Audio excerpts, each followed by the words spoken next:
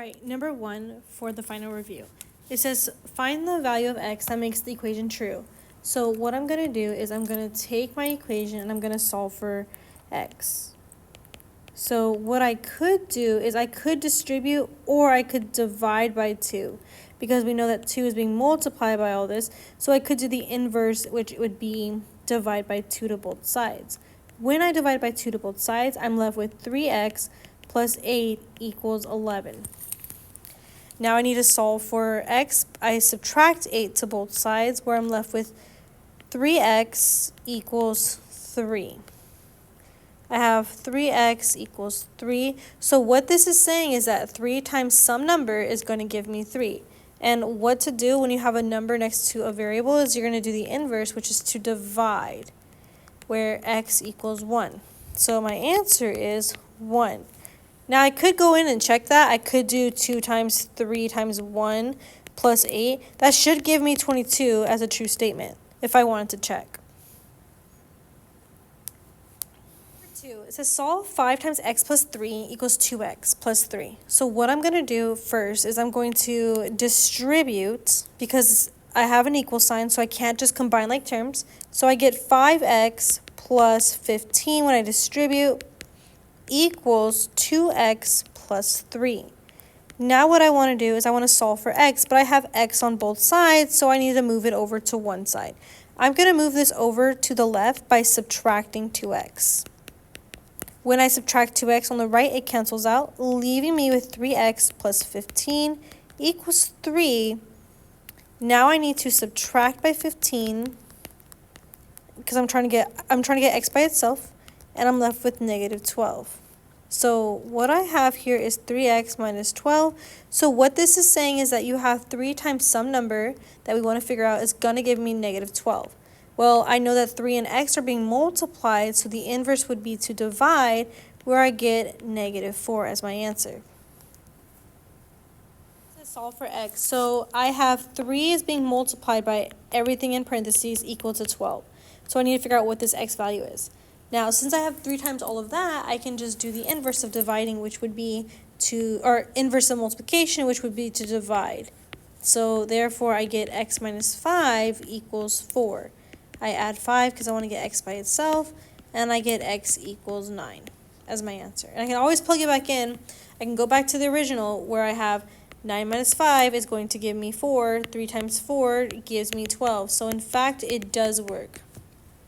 Solve for x plus 15 plus x equals 2x plus 3. So I have like a equal sign, so it's kind of like dividing the two sides, where the first step I'm going to do is I'm going to look, can I combine like terms? Yes, those are like terms. There's a 1 in front of that x. So I get 5x plus 15 because 4 and 1 is a combined like terms. 2x plus 3. I need to subtract 3 to both sides because I want to get x by itself. I get 5x plus 12 equals 2x. So I have 5x plus 12 equals 2x. Since I moved everything over to the left, now I want to get x away from all of this number right here. So what I'm going to do is I'm going to subtract 5x, and I get 12 equals negative 3x. Then I want to isolate, because I'm trying to essentially say that negative 3 times some number is going to give me 12. But I need to figure out, okay, so if this is multiplying, the inverse is going to be to divide by negative 3. When I divide by negative 3, I get negative 4 is equal to x. So number 5, I'm asked to solve the inequalities for variable x. So I have 13 is less than or equal to negative 2x plus 5. It's kind of like the same thing we've been doing, solving for x. So it's just within an inequality. So if you want to think about it for like 2 seconds as an equal sign, I'm trying to get x by itself. What I will need to do is I need to get rid of 5 on this side by subtracting it, because 5 minus 5 gives me 0. 13 minus 5, that gives me 8, is less than or equal to negative 2x. Well, again, I'm trying to figure out what number times 2 is going to give me that 8.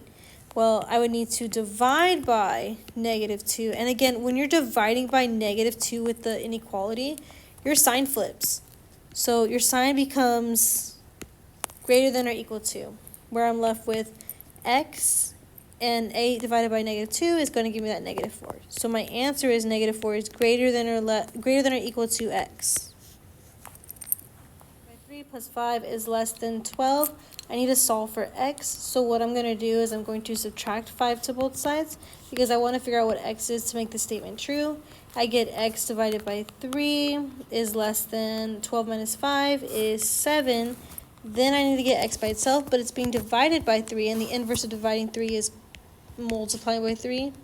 And that cancels my denominator, which is 21. So x is less than 21. This is solved by substitution or elimination, or by subtraction or addition. So when I look at these, if I'm given y equals or x equals, that's how I know I can use substitution. And in this case, they tell me what y is. So for every y that I see, I'm plugging this in. So essentially, I have 2x minus 3. They told me what y is. They told me that y is x minus 1 is equal to negative 1. Now I'm going to distribute. I get 2x minus 3x plus 3 equals negative 1. Combine like terms, but that gives me negative x plus 3 equals negative 1. Now I'm just solving for x, where I get negative x equals negative 4. Negative x equals negative 4. I need to figure out what x is, so there's a negative 1 in front of this. I'm going to divide by negative 1, where I get x is equal to 4. Now, again, remember, ordered pairs are always x, y, so I found my x value to be 4, but I still need to figure out my y value. In order to figure out my y value, I need to take the second equation and plug it in. I found x to be 4, so minus 1 is going to give me my y value of 3. Number 8, solve by elimination. So again, remember, elimination is where I have the same number but different signs is going to give me 0. So when I look at these, do I have the same number if I want to isolate or eliminate one of the variables, x and x? Yes, I have 1 and 1, but when I add them, because it's a positive sign, that becomes 2x. But then let's look at y. We have a positive 1. 1 minus 1 is going to give me that elimination that I want, which is 0. 1 plus 2x, or 1 plus 1 is 2x equals 8. So I have 2x is equal to 8. I solve by dividing by 2, where I get 4. Process of elimination tells me it's not these two because x is 4 and not negative. So again, x value we found to be 4. Now I need to figure out my y value. In order to figure out my y value, I'm going to take one of the equations, doesn't matter which one I take, and I'm going to substitute it in. We found x to be 4, so 4 plus y is 2. Subtract by 4, I get y is equal to negative 2. So my answer is this, which is option C. Solve the following systems of equation by using the elimination method. Now again, remember, elimination is when you have the same number but different sign, which gives you 0. So in this case, I know I have a 1 here in front of that x.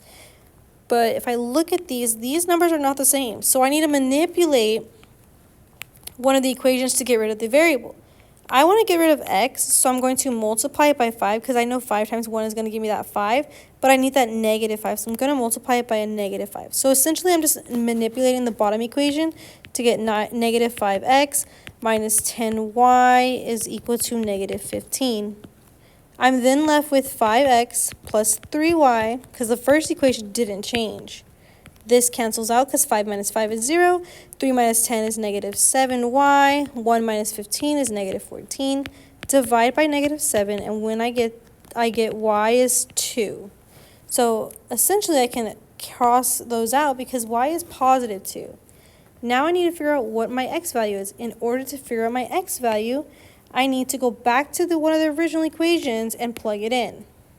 Okay, so I'm going to take this one because it's less work for me to do, but it doesn't matter which equation you use because you should get the same answer. So we found y to be 2, so I'm going to plug in 2. I get x plus 4 equals 3. Subtract by 4 to get x by itself. I get x is equal to negative 1, and my answer is B. Because remember, again, ordered pair is always x, y, negative 1, and positive 2. Tell me we have y equals 6x and y equals 5x plus 7.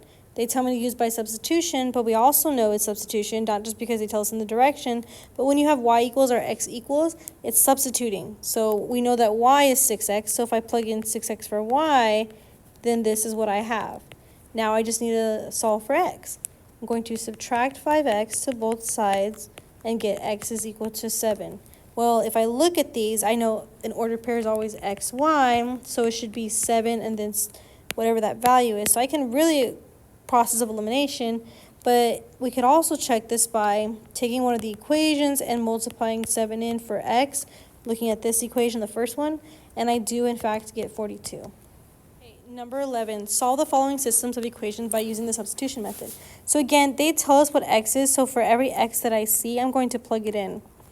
So I have 2 times my x value of 2y is what they told me it was going to be, plus 5y is equal to 9. Multiply that in, I get 4y because I'm distributing, and I get 5y is equal to 9. Combine like terms, that's 9y equals 9.